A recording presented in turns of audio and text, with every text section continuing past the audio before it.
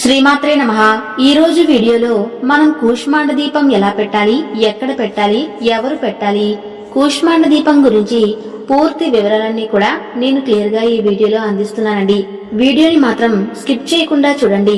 అష్టమి రోజు వెలిగించే ఈ దీపం మనల్ని అష్ట కష్టాల నుంచి బయటపడేస్తుంది అని చెప్తారండి. మనకి డబ్బు సమస్య కానీ, ఆరోగ్య సమస్యలు కానీ, శత్రు బాధలు, గ్రహ బాధలు, రుణ బాధలు, శని దోషాలు, చేతిలో చిల్లి గవ్వ లేకపోవటం, ఇవన్నీ సమస్యల నుంచి మనల్ని బయట వేస్తుందండి ఈ కూష్మాండ దీపం.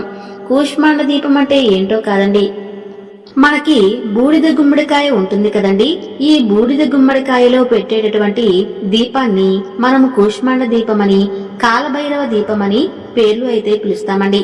ఈ దీపం అనేది మనం ప్రత్యేకంగా కాలభైరవ స్వామికి అయితే పెట్టుకుంటాము. మీ ఇంట్లో ఎటువంటి నెగిటివ్ ఎనర్జీ ఉన్నా సరే పూర్తిగా తొలగిపోయి, ఇంట్లో ఎటువంటి కష్టాలు ఉన్నా సరే ప్రతి కష్టం అనేది కూడా మీకు తొలగిపోయి మంచి ఫలితం అనేది వస్తుంది. అంతటి శక్తివంతమైనటువంటి దీపం అండి ఈ దీపం. అయితే ఈ కూష్మాండ దీపం ఎక్కడ పెట్టుకోవాలండి? ఇంట్లో పెట్టుకోవచ్చా లేదా టెంపుల్లో పెట్టుకోవాలా? ఎక్కడ పెట్టుకోవాలి అంటే దీపాన్ని మనం ఇంట్లో అయినా సరే పెట్టుకోవచ్చండి. ఇంటి బయట మనకి ద్వారబంధనం ఉంటుంది కదా, అక్కడైనా సరే పెట్టుకోవచ్చు. లేదు అంటే శివాలయంలో కానీ టెంపుల్లో అయితే పెట్టుకోవచ్చు. ఈ దీపం అనేది మనం ప్రతి సంవత్సరము కూడా కాలభైరవ అష్టమి రోజున ఈ కూష్మాండ దీపం వెలిగించుకోవాలని, ఒకవేళ ఆ రోజు కనుక మిస్ అయితే మనకి ప్రతి నెల కూడా బహుళపక్షంలో అష్టమి తిథి వస్తుంది కదా, అష్టమి తిథి ఎప్పుడైతే ఉంటుందో ఉదయం ఉన్నప్పుడు ఉదయం కానీ, లేదా సాయంత్రం అష్టమి తిథి ఉన్నప్పుడు ఎప్పుడైతే అష్టమి తిథి ఉంటుందో అప్పుడు మనం ఈ కూష్మాండ దీపం అనేది, ఈ కూష్మాండ దీపం పెట్టుకోవాలి. కూష్మాండ దీపం ఎలా పెట్టుకోవాలో ప్రిపరేషన్ అయితే నేను ఇప్పుడు మీకు చూపిస్తాను. ముందుగా అయితే మనము ఒక చిన్న గుమ్మడికాయ అయితే తెచ్చుకోవాలండి. గుమ్మడికాయని మనం ఎప్పుడు తెచ్చుకోవాలంటే సోమవారాల్లో, శుక్రవారాల్లో అయితే గుమ్మడికాయని తెచ్చుకోవచ్చు. బుధవారాల్లో మనము ఈ గుమ్మడికాయ అయితే తెచ్చుకుంటే చాలా మంచిది అని చెప్తారు. ఈ గుమ్మడికాయని మనము మంచినీటితో కడిగి తర్వాత గుమ్మడికాయ మధ్యలో మనము కట్ చేసుకోవాలండి. ఈ గుమ్మడికాయ కట్ చేయటం అనేది ఇంటి యజమానితో మనం కట్ చేపించాలి. ఈ గుమ్మడికాయని ఆడవాళ్ళు కట్ చేయకూడదు అని చెప్తారు. ఎందుకంటే గర్భానికి సంబంధించినటువంటి సమస్యలన్నీ వస్తాయని ఆడవాళ్ళైతే ఈ గుమ్మడికాయ అయితే కొయ్యకూడదు అని చెప్తారండి. నేనైతే ఇక్కడ మా వారి దగ్గర అయితే కట్ చేపించాను. ఈ విధంగా వీడియోలో చూపిస్తున్న విధంగా నేను ఇక్కడైతే మిడిల్ లో కట్ చేసుకుని 2 భాగాలైతే చేసుకున్నానండి. తర్వాత మధ్యలో మనకి విత్తనాలు గుజ్జు ఉంటుంది కదా, ఈ గుజ్జునైతే మనం సపరేట్ గా ఒక ప్లేట్ లో పెట్టుకోవాలండి. మరి ఈ గుజ్జుని ఏం చేయాలంటే మీరు ఏమీ చేయకపోవడమే మంచిదండి. సపరేట్ గా ప్లేట్ లో పెట్టుకుని దీపమంతా కొండెక్కేంత పూజంతా అయిన తర్వాత వాటితో పాటు మనం ఇది కూడా నిమజ్జనం చేస్తే సరిపోతుంది. ఈ విధంగా అయితే నేను ఇందులో ఉన్నటువంటి గుజ్జు మొత్తం తీసుకున్నానండి. మరి ఎక్కువ మీరు గుజ్జు తీయాల్సిన అవసరం లేదండి. నూనె మీరు దీపారాధన చేయడానికి ఎంతవరకు వీలుగా ఉంటుందో అంతవరకు మీరు కట్ చేసుకుని అందులో ఉన్నటువంటి గుజ్జును మొత్తం తీసేస్తే సరిపోతుంది. తర్వాత ఒక ప్లేట్ తీసుకొని అందులో పసుపు వేసుకుని, గంగాజలం కానీ పన్నీర్ కానీ వేసుకుని, తర్వాత బాగా నీటితో కలిపి వేసి మనం ఈ పసుపుని ఈ గుమ్మడికాయకైతే మనం రుద్దుకోవాలండి. ఈ గుమ్మడికాయకి మనము పసుపు కుంకుమలు బొట్లు అన్నిటా పెట్టుకోవాలి. మనము కాలభైరవ స్వామిని పూజించిన ఈ గుమ్మడికాయ దీపం అనేది పెట్టిన తర్వాత ఎన్నో మంచి ఫలితాలు అనేవి కలుగుతాయండి. ఎందుకంటే ఈ భూలోకంలో సమస్య లేని వ్యక్తి అనేది ఉండరు కదండి. ప్రతి వ్యక్తి కూడా సమస్యలతో బాధలతో బాధపడుతూ ఉంటారండి. ఈ పూజ మీరు ఇంట్లో చేసుకోవాలని చెప్పాను కదండి. ఇంట్లో ఎక్కడ ప్రత్యేకంగా చేసుకోవాలి అంటే మీ పూజా రూమ్ లో కనుక ప్లేస్ ఉంటే అక్కడ పెట్టుకోవచ్చండి. లేదు అంటే మీ పూజా రూమ్ కి పక్కన ఏదైనా ఒక ప్లేస్ కానీ ఉంటే అక్కడైనా సరే పీఠం పెట్టుకుని చేసుకోవచ్చండి. ఏ దిక్కునైనా సరే పెట్టుకోవచ్చు. ఈ దీపం యొక్క ప్రత్యేకత అదేనండి. మనం ఈ దీపాన్ని దక్షిణ దిక్కు కూడా మనం పెట్టుకోవచ్చు. దక్షిణానికి అధిపతి యముడు అని చెప్తాం కదా. చాలా మందికి మృత్యు బాధలు కూడా తొలగిపోతాయని అర్థం. అందుకని ఒక్క కూష్మాండ దీపాన్ని మీరు ఏ దిక్కునైనా సరే పెట్టుకోవచ్చండి. దక్షిణం కానీ, ఉత్తరం, తూర్పు, పడమర ఎటువైపైనా సరే పెట్టుకోవచ్చు. ఒకవేళ మీరు ఇంట్లో స్థలం లేదు అనుకున్న వాళ్ళు మీరు బయట ద్వారబంధనం దగ్గర పెట్టుకోవచ్చు. నేనైతే ఇప్పుడు ఈ విధంగా గుమ్మడికాయను కట్ చేసుకుని చక్కగా పసుపు కుంకుమలు పెట్టుకున్నాను. గుమ్మడికాయకి పసుపు కుంకుమలు అన్ని పెట్టుకున్న తర్వాత నేనైతే ఇక్కడ 2 పేపర్ ప్లేట్స్ అయితే తీసుకున్నానండి. ఇక్కడ మనం పేపర్ ప్లేట్స్ కాదండి, ఇస్తరాకులు ఉంటాయి కదండి, అవి కూడా తీసుకోవచ్చు. కానీ మీరు ఇతర ప్లేట్లు కానీ స్టీల్ ప్లేట్లు కానీ వాడకండి. ఇలాంటివైతే పెట్టకూడదని ఇక్కడ ఓన్లీ మనము ఇస్తరాకులు పేపర్ ప్లేట్స్ అయితే పెట్టుకోవచ్చు. ఈ ప్లేట్ అయితే మనం 2 తీసేసుకోవాలండి. ఎందుకంటే గుమ్మడికాయను మనం 2 పార్ట్స్ గా చేసాం కాబట్టి ఈ 2 భాగాలు పెట్టేందుకు 2 ప్లేట్లను అయితే తీసుకోవాలండి. ఈ ప్లేట్లను చక్కగా పసుపు అంతా రుద్దుకున్న తర్వాత మనం బియ్య పిండితో అష్టదళ పద్మ ముగ్గు కానీ లేదా ఏదైనా నక్షత్రం ముగ్గు కానీ వేసుకోవాలి. ఈ రోజున మనము ఇస్తరాకులు పెట్టుకున్నాం కదండి, వీటిల్లో అయితే ఉప్పునైతే తీసుకుంటున్నానండి.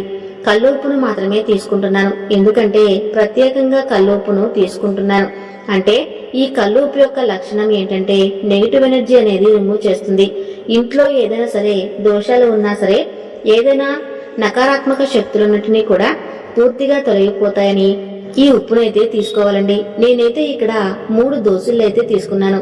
యాక్చువల్ గా నేను ఈ వీడియో క్లిప్ అనేది తీసుకున్నానండి, బట్ అన్ఫార్చునేట్లీ ఆ వీడియో అనేది నాకు సేవ్ అవ్వలేదు.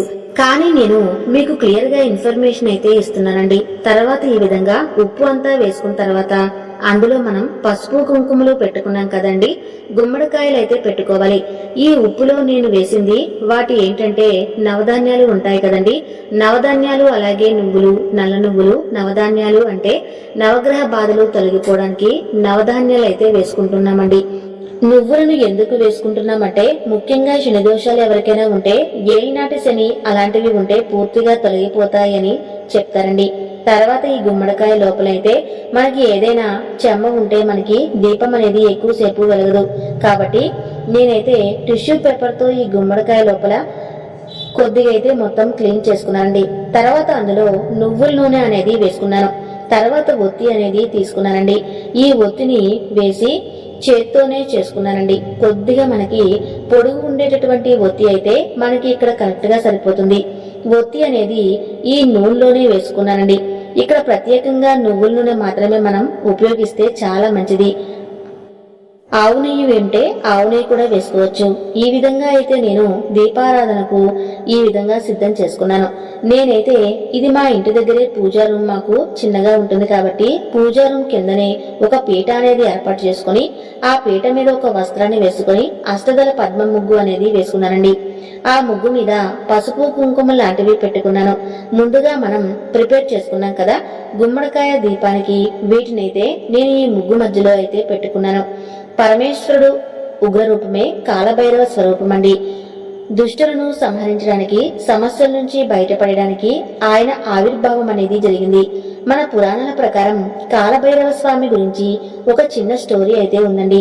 మన పురాణం ప్రకారం బ్రహ్మదేవుడు త్రిమూర్తులలో నేను గొప్పవాణ్ణి అని చెప్పుకునేవాడండి. బ్రహ్మ విద్యలు తెలుసు కదండి, జీవులకు సృష్టి అనేది మొత్తం కూడా బ్రహ్మనే చేస్తాడు కదా, అందుకే నేను అధినాయకుడును అని ఒక గర్వంతో ఉండేవారట.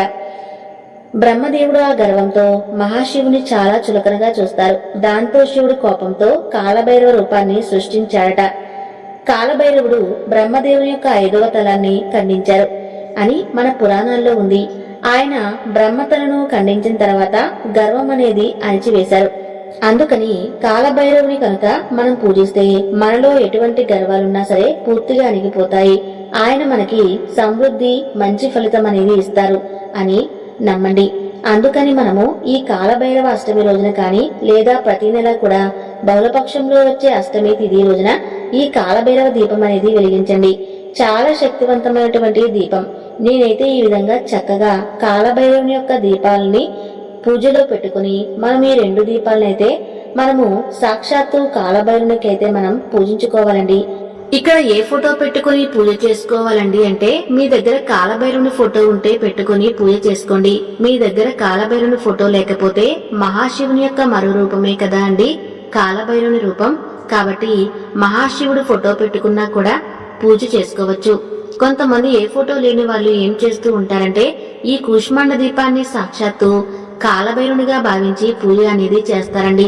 నేను కూడా అదే విధంగా ఈ దీపాన్ని సాక్షాత్తు కాలభైరవునిగా భావించి పూజ అనేది చేసుకున్నాను. కాలభైరవునికి షోడశోపచార పూజ అనేది చేసుకున్నానండి. నేను కూడా అదే విధంగా ఈ దీపాలని సాక్షాత్తు కాలభైరునిగా భావించి పూజ అనేది చేసుకున్నాను. కాలభైరునికి షోడశోపచార పూజ అనేది చేసుకున్నానండి. కాలభైరుని అష్టోత్తరాన్ని పఠించుకున్నాను. తర్వాత కాలభైరుని అష్టకం అనేది ఉంటుందండి. అష్టకం కూడా మీరు 9 సార్లు కానీ 3 సార్లు కానీ 5 సార్లు కానీ పఠించుకుంటే చాలా మంచిది. నైవేద్యంగా ఏం పెట్టాలండి మీరు అంటే, మనము ఈ కుష్మాండ దీపం పెట్టినప్పుడు ప్రత్యేకంగా నైవేద్యాలు మినుములతో మనము వడలు కనుక చేస్తే చాలా మంచిదండి. ఈ మినపప్పు వడలను మనం నైవేద్యంగా పెట్టి పూజంతా అయిన తర్వాత మన ఇంటి దగ్గర కుక్కలు కానీ ఉంటే ముందు మనము శునకానికి నైవేద్యం అనేది పెట్టాలండి. అంటే కుక్క మనము ఒక నల్లని కుక్కను పెడితే చాలా మంచిదండి.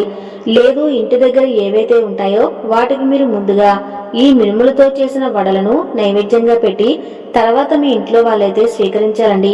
నేనైతే ఈ విధంగా అయితే మినుములతో వడలనేవి చేసుకుని మినపప్పుతో వడ అనేది చేసుకుని పూజ అనేది చేసుకున్నాను. చివరిగా కాలభైరునికి దీపధూప నైవేద్యాలన్నీ సమర్పించి చివరగా నేను మంగళహారతితో నీరాజనం అనేది సమర్పించాను. నేనైతే ఇంట్లో అయితే ఈ విధంగా అయితే పూజ చేసుకున్నానండి. చాలా మంది ఇంట్లో పూజ చేయాలి అంటే కొద్దిగా భయపడుతూ ఉంటారండి.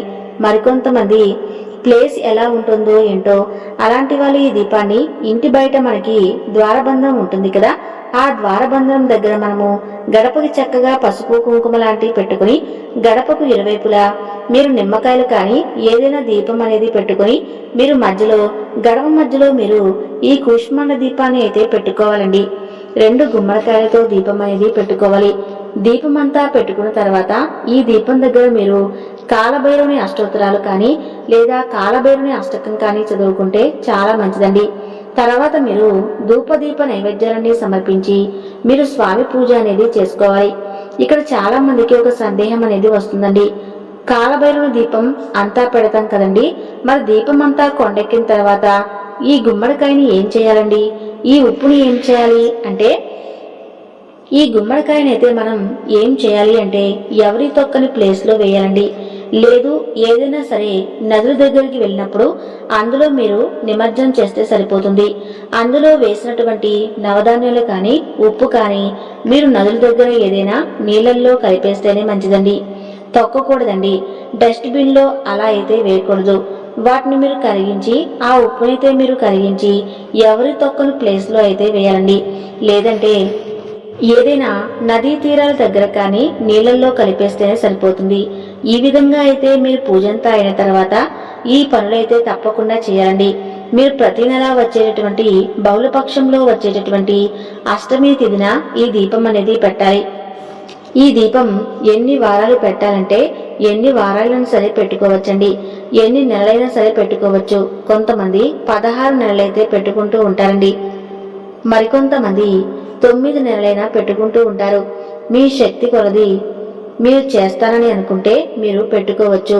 మరొక ముఖ్య విషయం ఏంటి అంటే, ఈ దీపం పెట్టిన వాళ్ళు కొన్ని నియమాలు పాటించాలి. ఇది నేను చెప్పడం మర్చిపోయాను, లాస్ట్ లో చెప్తున్నాను, తప్పకుండా వినండి. ఈ దీపం అనేది పెట్టిన వాళ్ళు ఉపవాసం ఉండాలా లేదా అంటే ఉపవాసం అయితే అవసరం లేదండి. దీపం పెట్టేంత వరకు పూజ అయ్యేంత వరకు మీరు ఏమీ తినకుండా ఈ దీపం పెట్టి తర్వాత మీరు ఏదైనా సరే భుజించేస్తే సరిపోతుంది. తర్వాత ఈ పెట్టినప్పుడు ఆ ఇంట్లో ఆ రోజు నాన్ వెజ్ ని తినకూడదా అండి అంటే తర్వాత ఆ ఇంట్లో బ్రహ్మచర్యం అనేది తప్పకుండా పాటించాలి. ఈ దీపం ఎవరు పెట్టాలి అన్న విషయానికి వస్తే ఎవరైనా సరే పెట్టొచ్చు. ఇంట్లో మీరు కుటుంబ సభ్యులు ఎంతమంది ఉంటే అన్ని పెట్టాలా అండి అంటే అలా ఏం లేదండి.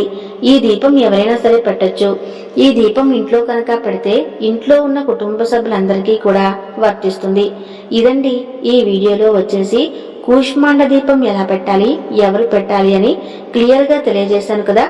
ఈ వీడియో కనుక ఉపయోగపడితే తప్పకుండా లైక్ చేసి సబ్స్క్రైబ్ చేసుకోండి.